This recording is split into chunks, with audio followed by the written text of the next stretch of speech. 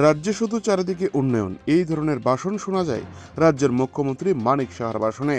কিন্তু বাস্তবে তার উল্টো চিত্র দেখা যায় বিভিন্ন গ্রামীণ এলাকাগুলি ঘুরে দেখলেই।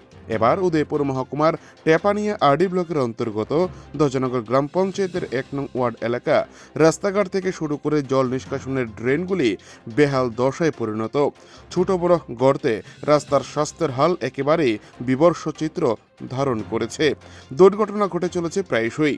গ্রামবাসীরা সংবাদ মাধ্যমের ক্যামেরার সামনে প্রশ্ন তুলে 2003 সালে তৈরি করা জল নিষ্কাশনের জন্য এলাকায় তৈরি করা হয়েছিল পাকা ড্রেন, কিন্তু যুগের পর যুগ কেটে গেলেও জল নিষ্কাশনের ড্রেনগুলি সম্পূর্ণভাবে বন্ধ হয়ে পড়ে। মেরামতের কোনো উদ্যোগ নেই স্থানীয় দপ্তরগুলির।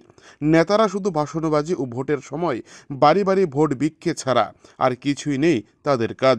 এলাকার রাস্তাঘাট দেখলেই বোঝা যায় এলাকার কতটুকু উন্নয়ন হয়েছে এই ধ্বজনগর গ্রাম পঞ্চায়েতের আওতাধীন বিভিন্ন গ্রামগুলি, তা সহজেই অনুমেয়।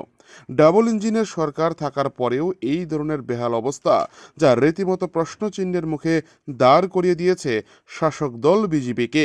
তার কারণ এলাকার চুনোপুটি দাঁড়কিলা কিছু নেতা বর্তমানে আঙ্গুল ফুলে কলাগাছ হওয়ার কারণে তাদের এলাকার এই ধরনের অবস্থার কথা কোথাও শুনতে অথবা দেখতে পারছে না বলে মনে করছে গ্রামের শিক্ষিত মহল।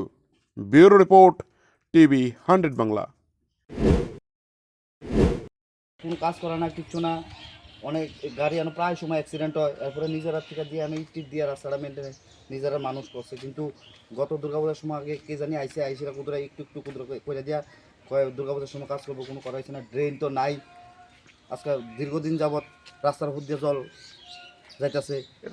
এরপরে মেইন রোডের থেকে যে এই রোডে ঢুকতে এত বড় গর্ত, সেদিনকে এক মহিলা ফাউডি কে গেছে রাস্তার মধ্যে। কোন পঞ্চায়েত এটা, কোন বিধানসভা? টেপানিয়া আরডি ব্লকের অন্তর্গত ধ্বজনগর পঞ্চায়েত 1 নম্বর ওয়ার্ড। আচ্ছা, কতদিন ধরে এই সমস্যাটা আপনাদের? এটা দীর্ঘদিন যাবত। যারা স্থানীয়, যারা পঞ্চায়েতের প্রধান উপপ্রধান, তারা কি জানে না বিষয়টা? তারা বা ওয়ার্ড মেম্বার জানে না? তারা জানে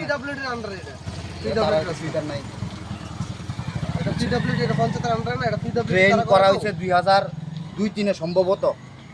আজকে অব্দি ড্রেনে কোনো মেনটেন্যান্স নেই রাস্তা। ড্রেনের কারণে আর রাস্তা আরো ভাঙতেছে।